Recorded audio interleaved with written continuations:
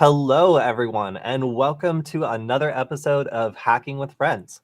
My name is Cody Kinsey. I am a security researcher at Varonis, and today we are back with my friend and co-host, Killian. Killian, thank you for joining us today. Hey, thanks for having me. Great to be back. Yeah, so if you're wondering why the stream was scheduled at the last minute and also may have some audio issues, that's because I'm running it now. Michael has been temporarily thrust upon the task of tracking down Sasquatch, and while he's on his cryptozoology mission, we are going to be holding down the fort, and that starts with learning how to run a stream, mostly by myself. So hopefully I've got this right. Hopefully we are in fact broadcasting to all of our channels, although I think maybe not LinkedIn because I haven't quite figured that one out yet. But yeah, it's good to be back, and I got a lot of tips yesterday from being on the Simply Cyber stream. So I had this channel recommended to me from some people in our chat I think a couple of streams ago, and Michael was the one who actually set up this interview, and it was a lot of fun. We managed to kind of cover what it's like to be one person streaming without any support. And I've never done that before, but I definitely found some inspiration in how often he goes live and how this is something that's just very normal for him. So if you haven't checked it out, I'm going to try sharing my screen. If you haven't checked it out, this was a super fun interview, and it, of course, is already up because it was a live stream. But we had lots of great questions. I answered a lot of overall questions about like education, what's legal versus ethical versus disruptive hacking. So if you're interested, yeah, it was really cool, and I will definitely be on that stream again. Killian, what have you been up to the last couple of weeks? Oh boy, it's been crazy. A lot of internal stuff. We're at Varonis here. We're ramping up. Q2 is going to be a lot of our big travel season and conference season, so it's a lot of prep for that. Yeah, and a lot of internal content creation too. So that's you can see it in my face. It's a lot. So this is a good Friday, honestly. Like it's a kind of relaxing Friday. You mentioned upcoming conferences. So RSA is already kind of in the works. Yep. I actually just registered for my RSA badge last night. So RSA is coming up. I'm going to be there. You're going to be there. So if anybody else is going to be in San Francisco, we're going to be doing some cool stuff. Hopefully going to be at the booth running some interesting games, and I'm going to try not to get COVID again. So I will definitely be wearing a mask. I've so far been pretty successful in not getting sick at these conferences. But yeah, this is going to be my first time actually at the booth since this whole thing kicked off. So I'm a little bit nervous, but we will be there in person, and we're going to be doing a lot of like cool and fun stuff. So yeah. Cody, you were there at the it was the RSA in March of 2020, right? You were there with all of us, or were you not at that one?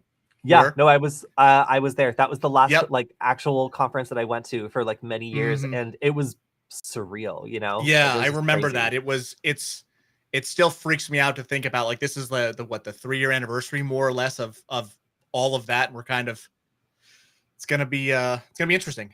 I've been to some conferences since, but I'm looking forward to it.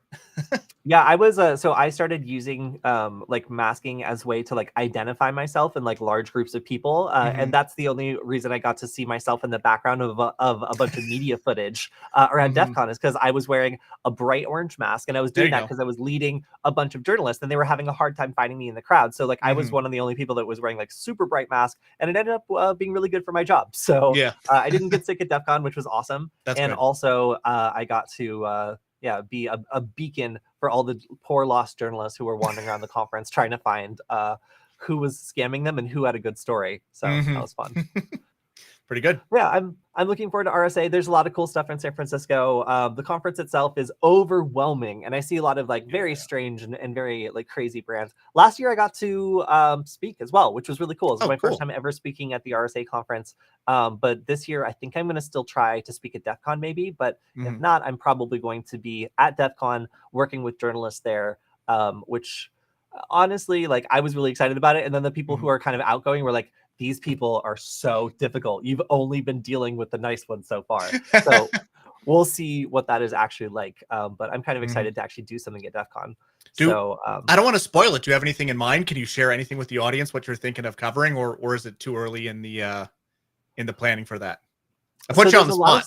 Oh, no, not at all. So there's a lot of stuff around Wi-Fi that I'm really excited about, and I've done Hmm. a lot of research in using like super low cost microcontrollers to do like pretty advanced like Wi-Fi hacking techniques that normally you need like a wireless network adapter or so a little Right. bit more knowledge to really pull off. So working with some really interesting researchers who are kind of in the forefront of the Wi-Fi hacking field to see what's really possible for like the lowest amount of money Right. has been super fun, and it has inspired a lot of people, I think, to actually realize that Wi-Fi hacking is not that complicated, not Yeah. that expensive, and is actually quite fun to do. Right. So, if I could do anything at DEF CON, it would definitely probably be like around some of these very novel Wi-Fi hacking techniques, and maybe in the time up to that, trying to present as many as possible Yeah. to make it a very interesting presentation. But I've seen some real stinkers. So like I at first felt like I really needed to save it for like my best presentation I felt super Right. strong about. And then I saw people just wing it. And it's like, okay, well, if that's what we're doing, like I have plenty of things that I Right. love to talk about that I think I could Hmm. get a room like riled up about, even if it's not like, the most novel research in the world. That's like maybe the application or aggregating it or structuring Hmm. it so it's really accessible that makes Yeah. it a good presentation. So it's just like, okay, like maybe I should stop feeling like I need to be this big expert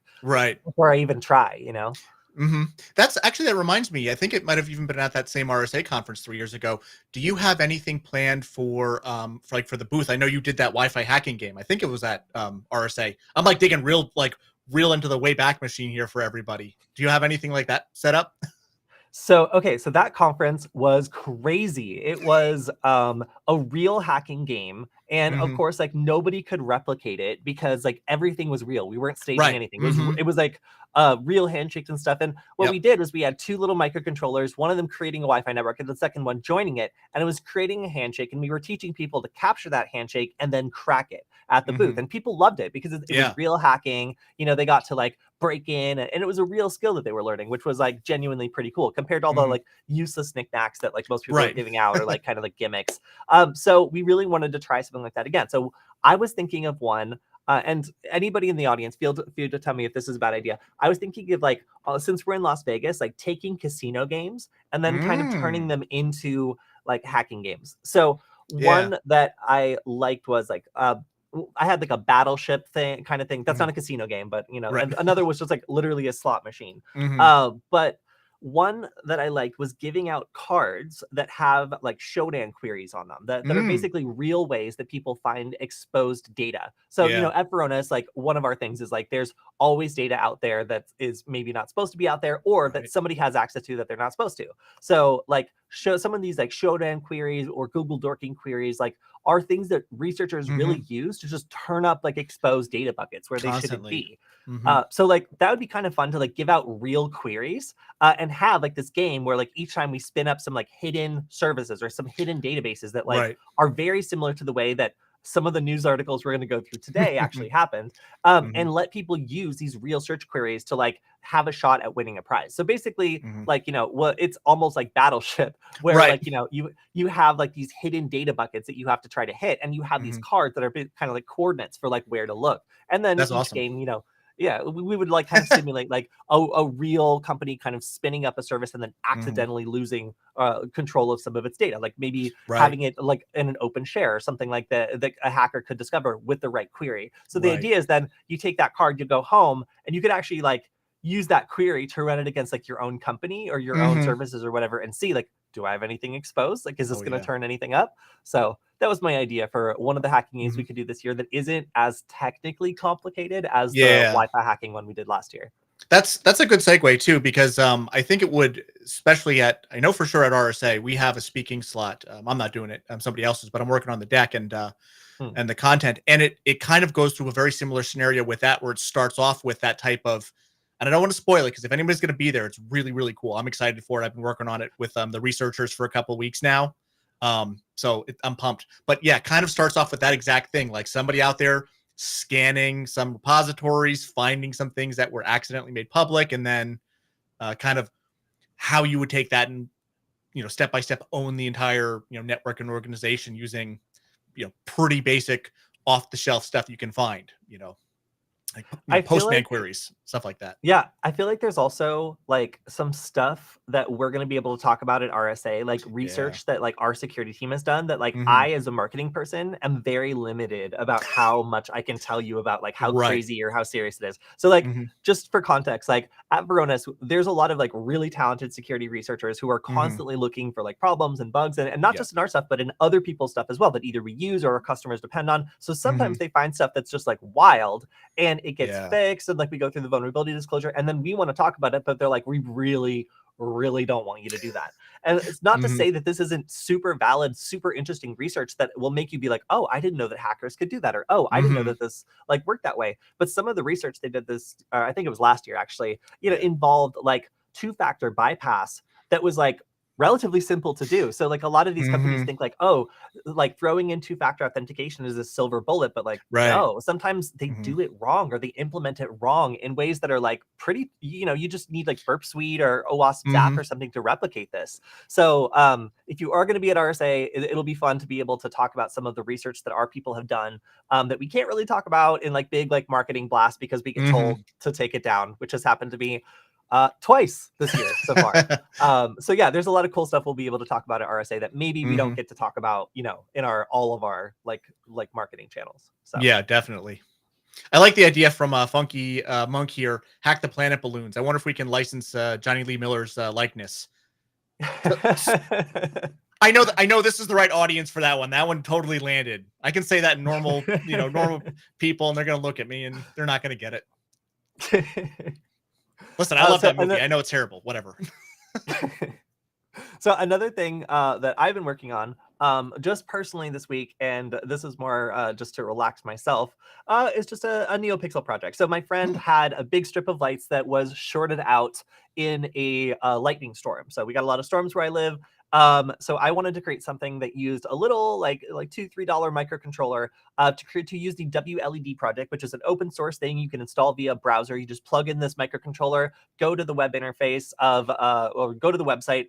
It downloads the firmware onto the microcontroller, and then I soldered it all together to use 5 volts, so it would be able to be a little bit brighter and run a little bit longer and have better color. And I used a little level shifter, which you can kind of sort of see in the middle there, in order to put it all together. So this whole project took me probably like an hour or 2 hours. So if you are a maker or a hacker or tinkerer, you have some D1 minis lying around and you're looking for a fun project, being able to control strips of LEDs with custom animations, being able to set the brightness, like all those set schedules, all this other cool stuff was really awesome. And frankly, the WLED project has its stuff together. It's not strictly cybersecurity related, but for hacking, tinkering, this was probably my favorite project of the week because it's, maybe like $4 or $5 for all the parts necessary to put this together. And I found it to be a very relaxing and fun way of making a gift for someone who, likes custom lights and wanted to have something like this. So kind of a cool thing to work on this week.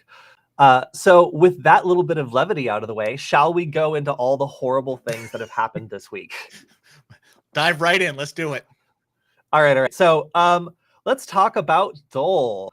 So Dole has had let's say a little hiccup in operations where you might have Mhm. noticed that maybe there's not as much fruit on the shelves as there has been. This is the story that's been going over the last week, and it seems as though Dole is the victim of a ransomware attack.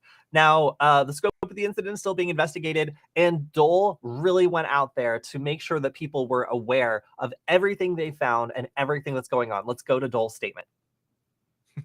All right. Upon there has been a security incident that has been identified as ransomware. Upon learning of the incident, Dole moved quickly to contain the threat and engage leading third-party cybersecurity experts who have been working in partnership with Dole's internal team to remediate the issue. The company has notified law enforcement about the issue, about the incident, are cooperating with the investigation while continuing to the impact to Dole's operations have been limited. And then they just remind you that they are the world's largest producer and marketer of high quality fresh fruit. That is a very short statement. We Mhm. don't have attribution, we don't have the full scope of anything, so Yeah. we don't really totally know what's going on yet. But it does seem as though this is a fairly serious incident that's affecting their supply chain at least a bit. Yeah. And Bleeping Computer was noting that there was a memo sent out that said, "Good afternoon," although I would argue that it was in fact not a good afternoon. No. They're in the midst of a cyber attack, and please note that this is capitalized, which indicates the degree of seriousness.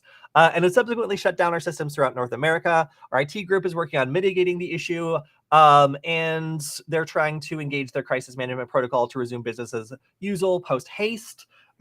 Sincerely, so and so. So it looks as though they really had some critical areas of their business impacted by this ransomware attack, and we're still waiting on more information to know exactly what happened here. So can't really totally speculate on that at all, because we don't know, what systems are affected. We don't know exactly what it's going to take for them to bring those systems back online. But the fact that it has been identified as a ransomware attack is pretty indicative of most of the problems we're seeing of this type. That a system will go down, or a company will just say that they've shut down their entire network for maintenance or to identify an issue, and then it turns out to be one of these ransomware affiliates, which is just trying to make money operating someone else's software and looking for vulnerable targets.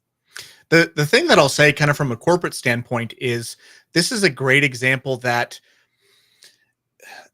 that anybody could be affected, right? If you think about kind of your normal targets, if you just kind of ask random person on the street, like, hey, who do you think would be a target of some type of cyber attack or ransomware attack? A lot of times they'll think the big business, your finance, your healthcare, your something with stuff that to a normal person would seem like a good target. Sensitive information they can resell, steal, credit card information for various fraud, PII for various fraud. But it really goes to show that anybody could potentially be a target of this. I hope Dole they recover quickly, because this it's always awful when you get hit like that. But if you think about it, most people off the street will go, oh, Dole, they are the fresh fruit company, right? What do they have that cyber attacks want? But as the article mentioned, it's a $1 billion business. It's huge. Yeah. They have money, and they're it's not intellectual property to get the fruits and vegetables, right? But it's their whole supply chain. It's stopping their business. They're not able to move their goods around, and that's real dollars. And it's worth it. Worth it, I'm saying, for an attacker to target somebody like that, because that's their lifeblood.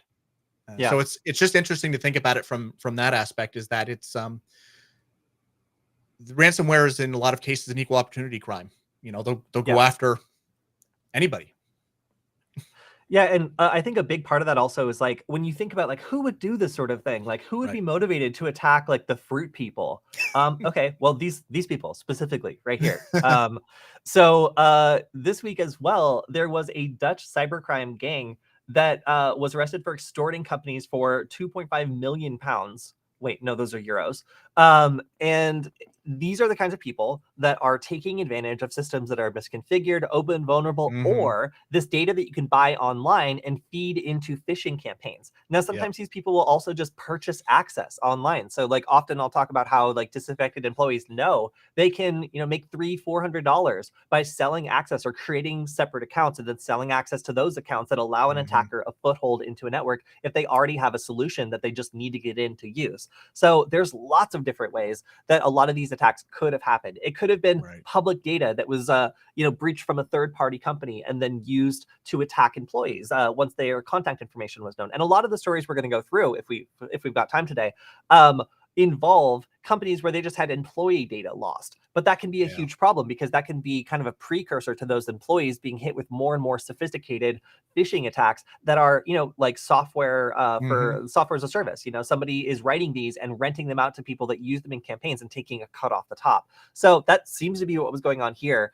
The threat actors were demanding between 100,000 and 700,000 euros, depending on the size of the organization that they hit. And again, these were people between 18 and 21 who were using software that other people wrote to do these attacks and make money in a fairly easy and risk-free fashion. It seems as though it was just the scale of the operation that ended up catching the attention of the authorities. But when I talk to some of these, like, small and medium-sized businesses, like, losing $100,000 for a business that's like medium-sized to get your operations back up and running is perfectly within the budget, unfortunately. Mm-hmm. Especially if they have ransomware insurance or something that'll actually like take the brunt of that financial cost off. Like these can be very profitable operations Right. for some of these people who have like specific skills, and this might be their best earning potential in terms of like energy investment versus reward for a lot of people who know about this kind of like criminal infrastructure.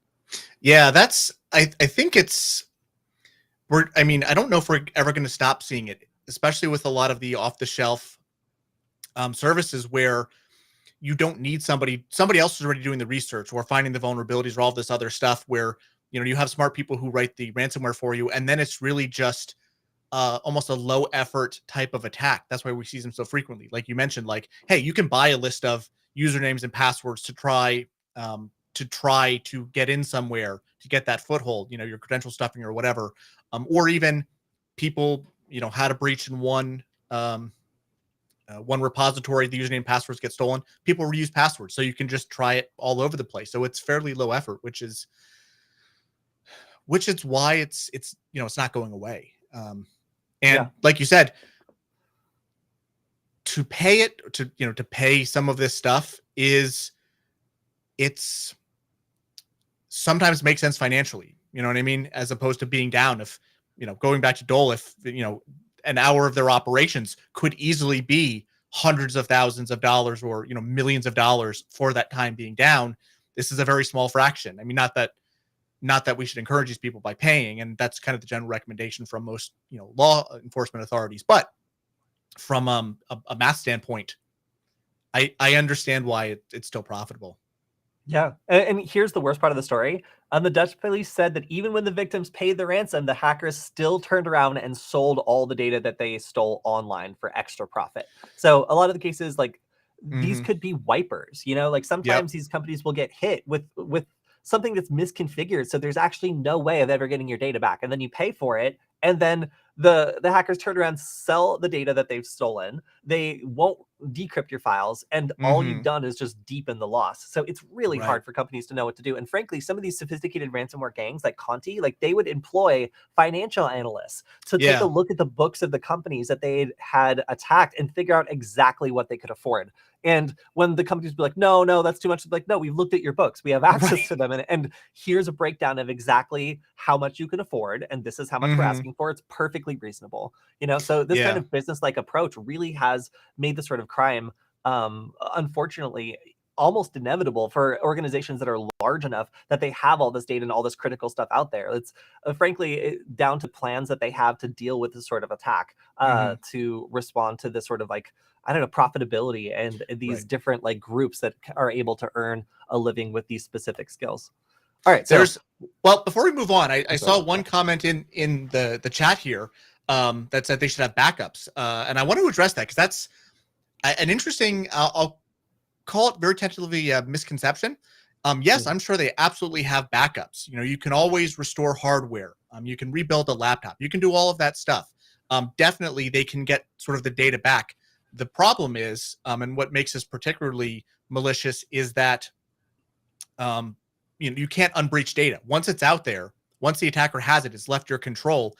You can't put that genie back in the bottle. So absolutely, yes, they should have backups. They can get their operations running. But there's always that second part of the extortion where you're just hoping they're going to be awful people, but not the most awful people, I guess, and honor their contract and, not release your data. But as we see, they're doing it anyway, or at least in this particular case, they are. So that's a great point. And I feel like it's important to address that because it's not just about backups anymore. It's not just about deleting or encrypting the data. It's a second part of the extortion, which is it's troubling because it's only become more prevalent. Even a couple of years ago, this second extortion wasn't always part of the playbook, I guess. I can't even believe this comment. They may get canned because they're a fruit canning company. Oh, that's good. That was really good. I actually really like that one a lot. It's good to be back. It's good to be back, everyone. All right. So let's talk about two-factor authentication. So there was a big to-do about Twitter and how in a recent update, they are making it so that you no longer can use two-factor authentication unless you have Twitter Blue, I believe.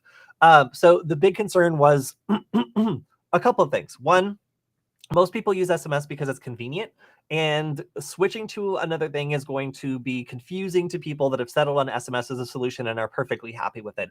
As a security practitioner, I really just try to encourage people to use whatever works for them. If they're not going to use like a token or something crazy, or even an authenticator app, then that's fine. They can use SMS. And it is vulnerable to things like SIM swapping, but that isn't that common. And, it's still, for the average person, is enough to make it so that somebody stealing your password or phishing you cannot get into your account without extra effort, So having this happen means that a lot of people are simply going to disable it, I feel like. Right. And if they do move to an authenticator app, then there are actually problems with that too. So let's talk about that. So oh wait, that's Patrick Wardle.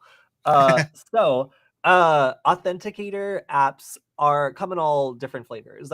A lot of people use Google Authenticator, and I myself use Google Authenticator. But the problem is, Google Authenticator can only be on one device. So if you smash that device, if it gets stolen, or whatever else, you could have huge problems getting back into your accounts if your two-factor is only set up on this one device, which is now destroyed and you have no access to.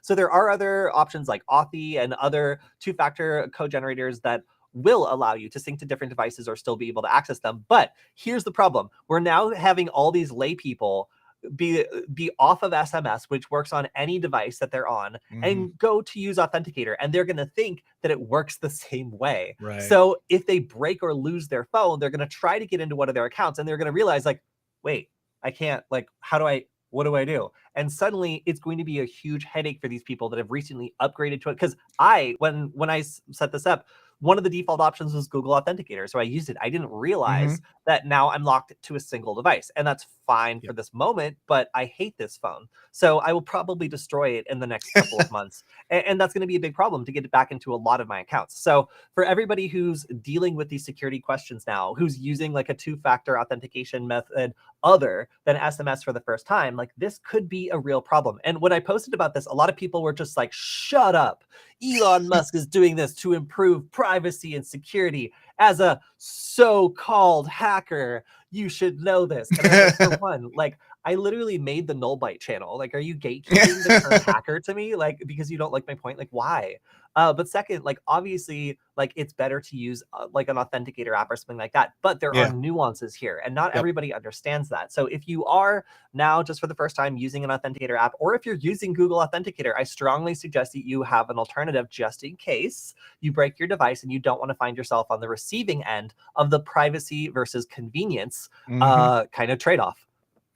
Yeah, I don't know if I know Google does it for their own services, but they have backup codes that you can get and store offline, which is it's funny that you mentioned that. I actually didn't realize that this came up, but I actually had this exact same problem within the last couple of weeks because I did upgrade one of my phones. I have a separate work phone, and I realized then that I couldn't get into any of my accounts that were linked to it for that exact reason. Because it's we're going to send a push notification to your old device, and I'm like, it's gone. I mean, it still exists. It's here somewhere, but I don't know. I assume, Cody, you're probably like me. I have a bin of old technology that it's at the bottom of, and I'm like, well, I guess I'm never logging into this thing again because yeah, I have to turn on every old phone, charge them for an hour, find out that it's not that one. Yeah, no, I know the procedure. Oh yeah, but it's interesting, and I do for the Google Authenticator stuff. I do have the backup code, so I was able to use one of those for what I was trying to do. But that's you and I are security people, and everybody here probably would know to do that. Hopefully, but it's not grandma or whoever is not going to know this if they have to go in and do that, which is I agree, but yeah, SMS is better than no two-factor. Seriously. And I feel that it's now between SMS, two-factor is going away. So we have either no protection at all, or you get hard locked out of your accounts at some point in the future and learn how two-factor generated apps actually work, which is going to be a hard lesson and could come at a very critical and uncomfortable moment for you and make you hate this very much. Yep. All right, so let's talk about my favorite tweet of the week. This was, please change your DNA. Unfortunately, this in response to a breach of a DNA testing company. So looks like millions of DNA tests leaked after hackers breached company's forgotten database. So they, of course, as with so many of these, it was exposed data that was left up. And it looks like they're not being completely like open about like what data here was actually lost. They're saying like testing information, and it looks like the personal information that they submitted for like payment and create their profile and stuff, but it's not clear if like the actual DNA Right. information here was leaked. That would of course be very concerning. But these sorts of companies have always been like a mystery to me, because sometimes, like one time I went to the RSA conference and they were giving out free DNA testing kits where you swab your cheek, send it to this company, and it tells you if you are strong, smart, or brave. And I was just like, why is this free? Yeah. Like, and also like, why are you not getting back any real diagnostic information? Like you're essentially like giving them a horoscope in exchange for like real genetic information linked to their name and address, which I'm assuming can be resold for a profit. So I was just like, you have to be kidding me. Like, how do you think that this is something people would want? But people do this all the time. And because there is such a treasure trove of information in these DNA testing companies, it kind of been obvious to me for a while that because there's so much data here, they represent a pretty juicy target. Yeah, absolutely. That's kind of hilarious. I mean, the RSA example where they want to trade your DNA for, I don't know, maybe somebody wants help making up their D&D character alignment and they need to know, you know what I mean? I don't know. But it doesn't seem like a fair trade. Listen, if you need help with that, like, I don't know, Cody, we can set up a PayPal or a Venmo or something. Somebody give me $5 and I'll tell you if you're strong or brave or whatever, without taking your, personal DNA information. It's a good value, honestly. This sounds like a good business plan. Yeah, I know. So this was a pretty crazy story. And as Troy Hunt really points out here, you can't change your DNA. So unfortunately for people involved in this breach, I'm very much hoping that it was limited to financial information, which, you can change your credit cards, but changing your DNA is going to be pretty tricky for you. So I don't really know what would happen if hackers just released the genetic codes of random citizens like on the internet. Is that the future we're looking at? I'm not sure. But I mean, being able to submit other people's DNA for testing and then, I don't know, do something with that. I'm really struggling here to figure out like what that would be useful for. I don't think the average person is going to try to clone anyone. So it's still kind of freaky though. So I guess, I don't know, a new thing to be worried about. Your siblings or something getting a DNA test and then leaking like DNA that's almost identical to yours onto a hacker form or something like that. Actually, that's a great point. And maybe that's the existential scary thing, is that any relative of yours could potentially do this. And then there's some at least bit of DNA, out there that you had no control or consent over giving. And, I also wonder too, and this is purely hypothetical, like, I wonder if this could be used, like, it's almost like health information. Like there could be genetic markers about, medical issues and things like that, and I guess you could potentially exploit or blackmail somebody with if I don't know. I'm trying to think about it, but it's I don't know what it could possibly mean for the future either, but it makes me really uncomfortable to know. Yeah, I think that like just off the top of my head, like being able to like compare genetic like information, like if a giant database of people was breached and you were able to compare a DNA sample to those people, you could theoretically find someone's relatives or like what, like other people that are in their direct family. And yeah, like you said, you could probably also screen for common conditions without someone's consent, which would be very creepy. How that would be profitable, maybe selling it to a drug marketing company, who knows, but still very sketchy. You just like wouldn't understand why you're getting ads for an illness you've never heard of, and then like 2 years later you find yourself diagnosed with it. Like that would be a pretty dystopian reality. All right, so next story is News Corp, who you may have heard of, said that hackers were in their network for 2 years, and the indications here is that it was a Chinese state group that was looking around for information. In this case, it looks like the information of employees, including journalists here, was compromised. So this includes Wall Street Journal, New York Post, and I believe like Fox News.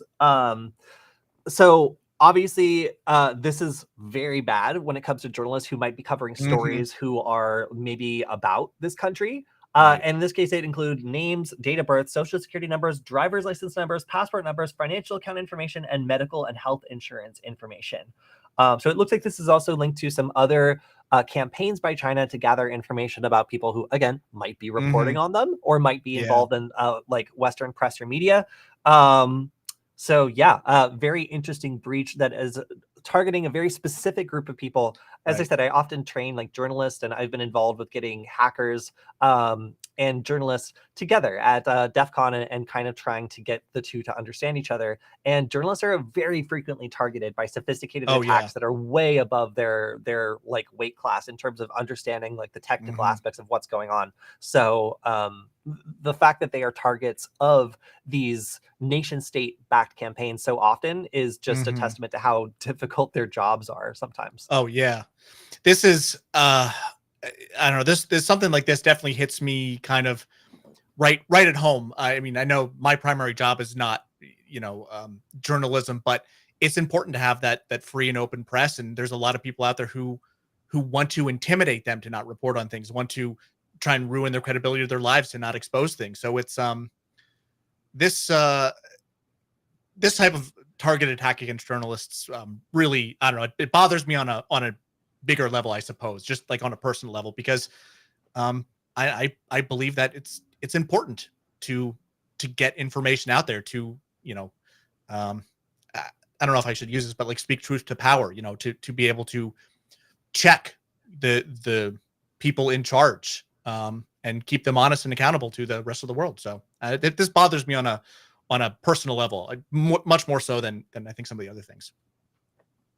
So also in our comments, we have somebody suggesting that one way you could get around the problem with Google Authenticator is exporting the account as a QR code, taking a picture of the QR code, putting that on the offline device, and then encrypting it with some difficult encryption and saving them on the cloud. So my argument would be like, yes, some people will try to do that, but then it's automatically going to like back it up to their like Google Photos account, and then that'll get breached, and then that person will get access to all of their two-factor stuff via like some unrelated, like Google account they forgot was like syncing. So it is possible to do it, but it's also so possible to like screw it up once you like start making up your own procedures. So like that's a good idea when it works, but I can think of like 3 different ways where a layperson might be able to mess that up.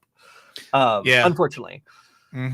That's I guess that goes to a little bit of a bigger thing too, is that a lot of times these SaaS services that we all rely on are so interconnected that it's almost hard to know where the data actually goes. And that's something that in the corporate world I talk about all the time, is just we're so used to integrating everything together anymore that you think you're putting data in one place, but it's actually ends up being in multiple different repositories that you don't realize. Hey, it moves over here, it gets synced with this one. The back end of this software service is actually something else. It's an S3 bucket, in a different repository or place. All right. So we have an offer here for all of our viewers. Do you guys want a free version of Final Cut Pro? Well, let's propose a little trade. I'll give you a free version of Final Cut Pro in exchange for making your computer very slow and very hot. Sound like a deal? Well, then you can head on over to the Pirate Bay and download this infected torrent, which has been evolving over the years to be more and more sneaky and actually follow up releases of Mac OS within 24 hours with their own pirated version that have this embedded. These people really want to mine Dogecoin or whatever it is they're mining. So this isn't news. We know that the Pirate Bay has always been a trade-off between like secret, like malicious actions on your computer and free software. This has been true since the beginning of time. What's notable here is how persistent this campaign has been, and how it has been targeting primarily Mac OS users, and how, at least until now, it has been mostly used for mining cryptocurrency. It also is notable that today, this is so sophisticated that only the first generation of the threat is detected, which stopped circulating in April of 2021. So this is an ongoing active campaign that you can go observe if you want.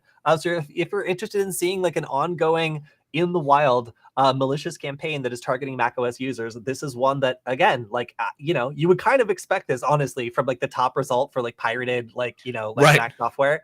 But just seeing it actually happening is another reminder of how so many computers get infected and how a lot of these random botnets, for example, get built by people just enjoying their free software and not noticing that that's very well built software is running in the background and just occasionally, getting their computer super hot. So the next time your computer's fan kicks on, you might have to wonder if it's that free piece of software you got off the Pirate Bay. Oh man, that's right. kind of funny. Oh well. So Killian, you said you had something to say about this Honeypot story, which go ahead. is probably one of my favorite stories of this week. Well, go ahead, kick it off, because I have a kind of something funny that I can add. But So there's this whole economy of people that were cheating on Dota 2, which is something I know literally nothing about. So the cheat was apparently able to use the client app to get information that normal players wouldn't be able to have, which gave them an advantage. And there was a whole, as I said, industry of third party were available that were becoming out of control. These people were making lots of money. Normal players were complaining that this was making the game unplayable for them. So there had to be some sort of solution. So they decided to set up a honeypot. So what that meant was that there were requests being sent to areas that shouldn't have been able to be seen by normal players, which is what they were using to identify people that were cheating, basically. So they were feeding information to the client app, which these cheaters were pulling from in order to reveal areas to them that normal players would never, ever see. And then, as soon as a player who was cheating saw that area, went into it, they would immediately get banned. So they applied a patch. It was mandatory. And then they caught 40,000 accounts that were using this cheating software.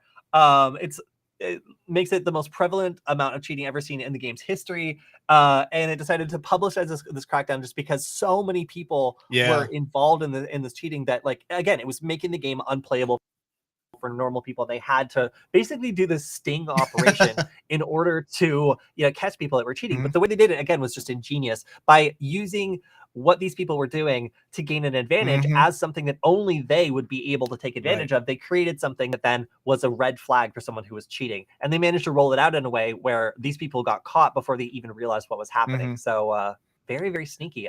Super interesting use of honeypots to catch attackers in a system. I thought this was funny. I mean, two comments. One, I know I'm terrible at online multiplayer games, so I don't bother. But this is a novel approach because a buddy of mine did development. I think he still does development, but did development for years. And this is almost like one of the ways that he found like the most crazy of bugs. He'd always embed like little funny things like into the code that theoretically you should never ever be able to get there, like based on normal usage. But like if there was a crazy like bug in the software and like you ended up in this page, it was one way to tell like that something had gone massively wrong or someone was either up to something, because it like there should have been no possible way that you got to this, the error code or whatever he was building at that time to find it. So I always thought it was this hit home because I thought it was pretty funny, and I know developers do this all the time to find potential bugs in software that you really should never find. Like, there's error catching and things like that in most programs, and it'll give you the little message, but sometimes you find one that nobody thought about. So it's cool that this is applied to catching cheating. Yeah, it was a very novel use, and I really like honeypots. I think they're like a fundamental thing that people should be taught when they're learning about security. I like building honeypots. Like some of the like IoT honeypots I've created have been like really simple to use and really fun to make. So yeah, I think that they're a great security tool, and you should always learn to think like a defender and consider honeypots to be something that you should include in your security tools. Because even as an attacker, using honeypots can be very useful, or at least being extremely aware of what they are and how they work. Definitely. All right, so let's see. Let's go over to ChatGPT. So this is something that's been extremely useful. I myself have managed to like score a tour of a nearby university and possibly some like cybersecurity funding for outreach events just using ChatGPT to like target different people and send them custom really nice, really well Mhm. thought out emails that, you know, like normally would have taken way too much time to do. So lots Right. of people are finding value in ChatGPT for everyday things. People are trying to use it to write code. They're using it for Mhm. 3D printing. And sometimes ChatGPT is down and people get frustrated and they start looking for other ways to access Mhm. it. And one way is through desktop applications. So there Mm. have been some desktop applications or GUI applications written for ChatGPT that allow you to access it in interesting ways. However, there have also been a number of scams which have been out there. And I have landed on this page so many times. So you can see there's been, when you search for ChatGPT on popular search engines, these like weird websites that like are Mhm. not official. Like they're on a totally different Right. domain from the OpenAI like official domain. And like it was really confusing to me, like what was going on. It's like, is this a marketing page they made? But I was seeing this Mhm. for weeks when I was searching for ChatGPT on DuckDuckGo, of course, the best of all search engines. And I like to throw that out there because everybody does not believe that, nor do I. But I was just noticing that at least on Mhm. DuckDuckGo, and it was really prevalent among the different things that were suggested to me when looking for like OpenAI or ChatGPT. So this was actually a phishing campaign. It would prompt you to download a ChatGPT application. Once it did, it would try to infect your Android device. It really Mm. didn't care Right. what type of system you were using. It was able to infect pretty much whatever was there. So ChatGPT-go.online was one of the ones that was found. I wonder if this is still up. Should we try it? Maybe it's been taken down. Oh, it's still up. Nope. Here we go. Active campaign, everyone. So this is not ChatGPT. This is an active No. malware campaign which is trying to get you to download something. And then why did I click that? Okay, so it looks like getcrackme.com redirected me too many times. So I'm assuming that this campaign has been shut down because it just got burned on Bleeping Computer. Right. However, up until very recently, this would have served you up actual malicious files. I do not know why I just attempted to download one, but you know, I'm putting my own computer on the line for all of you. That's the important thing. This seems totally legit though. Whatever, crack me, whatever. Dot. I mean, they might just say like totally not malicious hacker. Dot. You know, like try harder, guys. Actually, don't try Yeah, harder. This is I appreciate that this is. Uh, we can spot this, or some diligent folks can spot this, but interesting. yeah, this is you know, a good amount of work went into this. I mean, okay, it's not that much HTML. They just used this GPT.jpg to add some legitimacy to it, but this is decent. And the text that they brought from it Mhm. probably written with ChatGPT if Right. I had to Yeah. guess. So the fact that this thing is out there, perfectly willing to generate lots of text that seems plausible, you know, that probably is how they built this entire phishing page. So the fact that ChatGPT is kind of lowering the bar for scammers, basically. One thing I'll note is every single outbound link on this entire website just goes to ChatGPT or goes to this same phishing page. None of it Hmm. actually links to anything. So there's like Right. obviously some things that would tell you that this is a scam, such as Twitter, YouTube, GitHub, SoundCloud, LinkedIn, Facebook at the bottom here. I don't know why I would want to go to ChatGPT's SoundCloud, but you know, perhaps that might be a bit of a red flag. Yeah. Interesting. It's we're living in strange times, I think, with ChatGPT. At least, I mean, here's the thing. We've seen, the phishing campaigns, and in some of these other cases, like, become really sophisticated. They put the time and effort into crafting the messaging and the web page or the scam site. Um, Maybe this is a little bit, existential, but Cody, do you think ChatGPT, because it's so good at writing, do you think attackers are going to use it more to generate these phishing scam emails, or maybe the code for the web pages? Like, how do you think it's going to change? This, maybe I'm getting to like a deeper conversation for, as we're coming So down the back half, I've been but using ChatGPT so much that I can smell it now. Like yeah. Okay. I can feel when I'm writing ChatGPT written material Hmm. because I'm always like, why is this so long? Right. what like this like the ChatGPT writes like it has no regard for my time. And like I feel like as people are exposed Hmm. to this kind of like just deluge of like ChatGPT generated stuff, it just has Hmm. like a tone that is as neutral as milk and Right. has almost this like pedantic, like Mm-hmm. weird style that Yeah. I have started to recognize. Yep. That is not going to be the case for everybody, Sure. but I will say I as a, I guess I would say, power user, have also Mm-hmm. been able to feed it large amounts of text of people using other styles and gotten it to relatively accurately Mm-hmm. mimic those styles, so I can cover Right. up some of those flaws with it being recognizable and being something that I personally don't think I would necessarily fall for anymore. That being Right. said, I don't see any excuse for like a misspelled, grammar Right. maligned like phishing email Mm-hmm. ever in the future, as long as this is like freely available and you can use it X amount of times. Because I could, Mm-hmm. I use the thing to write the equivalent of phishing emails all the time. Right. They're marketing emails. I'll have a Mm-hmm. big list of people that I want to send it out to, and I will customize it for each person, and I'll proofread it. And the whole Mm-hmm. thing takes me a little bit longer than using like a cookie cutter solution, but the Right. result is much higher quality. Yeah. So like feeding it large amounts of text in a style you want it to mimic, so it doesn't do the basic like style that it usually does, that like is, to me anyway, just a dead giveaway. Right. Feeding it like a list of people you want to contact, and like making sure that it generates like response after response after response until you get one that's really really good to base yours off Mm-hmm. of. Like this takes practice. Like I'm learning Right. it, like this is a tool, this is not an auto generator, and I have to Right. learn how to use the tool in order to get a result that I think would fool someone.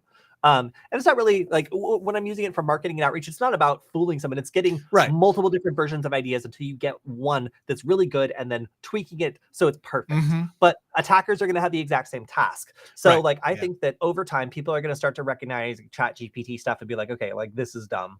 Mm-hmm. But hackers who learn to use the tool and learn to use AI tools are going to get really good at disguising it. And that's where I think the real threat lies. Because Yeah. I think I could totally be Absolutely. taken by like a ChatGPT phishing email that was written by someone who really knows how to use Mm-hmm. ChatGPT.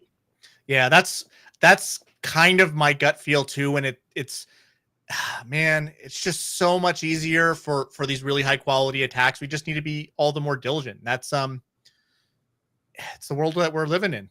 It's scary. So one of our commenters says that you can get answers for any question on ChatGPT about coding, books, and scripting, emailing, like all this stuff. Yes, but it will lie to you and it will gaslight you, and it has no idea that it's doing it.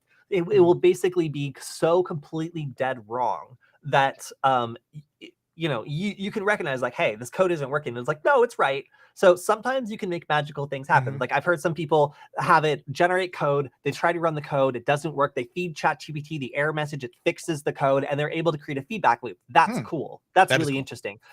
However, I've also had ChatGPT give me code that has libraries that don't exist in the language that it's writing in, and then like it'll generate Ducky script that has like clearly it will never possibly run because of the way that it's constructed. So, and Mhm. will do this confidently as if it knows the answer. So while that's definitely a strategy of getting through life, it doesn't actually it's not actually competent at a lot of these things, and that is a problem. Because like ChatGPT and its Bing incarnation can often be confident in areas where in fact it totally doesn't know what it's talking about because it doesn't understand. And that lack of understanding is really the thing that I think a lot of people are missing about ChatGPT. Is like, you need to be a user of Mhm. ChatGPT. It doesn't understand you. You Right. have to be able to describe to it, like we do with a search engine in much more literal terms, exactly what you're looking for in ways that it understands. Mhm. So it's a dumb computer, just like the many millions or billions of dumb computers that have come before it. What's different about it is that you can use more creative ways of describing what you want, and if Mhm. it does like lock on to those, then it can produce much more natural language and much more useful raw results than has ever been possible before. So that's magical. But again, I can't just ask it a coding question and expect it to know the answer, because sometimes it requires so much context. I might as well have written the code myself. But the Right. durable thing is once you get it to associate that, you can use that understanding to then, iterate on the code or add to it or whatever else. And that's where it can become more useful. Yep. I was the only thing I was going to think of is, I've known plenty of people in my life that have gotten through life being completely wrong, but very confident about it. So Were they salespeople? I'm not. Uh, all right, so I'll no more talking smack about salespeople. They're wonderful at their jobs. Okay, so let's go for our final story, and that's the NSA shares a bunch of super paranoid guidance on how to secure your home network. So this was really interesting because I, like I give a lot of advice on doing home networking stuff, and some of this stuff like basically told me that it's really hard to persist malicious programs on a device once it reboots. And that is actually something that because most people do not do that very often, it's something that the average person could start doing in order to dramatically make it harder for hackers. I actually didn't know that. Kind of refreshing to be told something new. Yeah, that's an interesting one. It is a pretty basic one, and if you just think about it, like it's the memory resident type of stuff, which the reboot will get rid of. It's you can avoid some of the more traditional security detection, like your traditional antivirus, if you don't have like memory scanning in place, because you're not writing anything to the disk. And generally speaking, a lot of the traditional ones, the more standard or old school ones, we'll just look at the file. When you write it to the disk, it'll scan it against whatever it has, or when you read it up off of disk. But if you say memory resident, depending on the options of the particular software you have, it might never check there. So that's a pretty solid piece of advice for a home user. They might try that too, especially this is a lot. I mean, I'm assuming it's going to be a lot more common in home use, but in corporations and big servers and things like that they don't reboot it ever. They have the 99.99, whatever 59s uptime or whatever it is.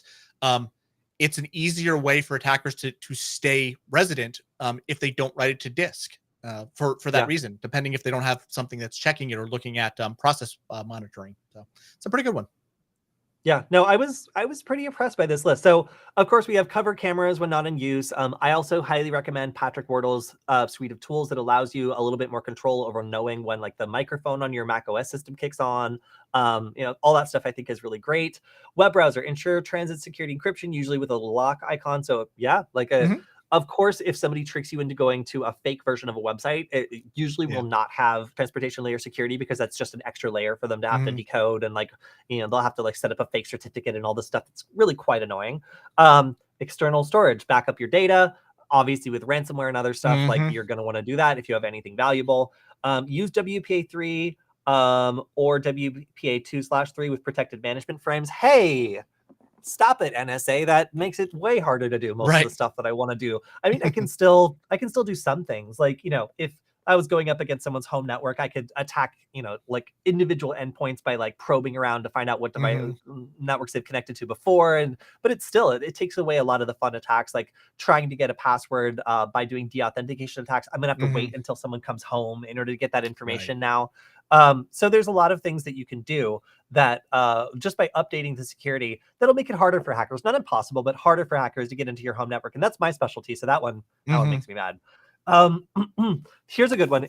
Utilize a non-privileged user account for daily activities. So everybody, when they get the computer, sets it up as like root or admin or whatever, and then they just stay in that root or admin account. But you might not be doing root or admin stuff like ever. And if you're not, then it makes no sense to make it easy for attackers to get easy persistence on your computer with no warnings or no sorts of like layers or barriers to entry. So creating a lower privileged user account on your device is something I almost never do.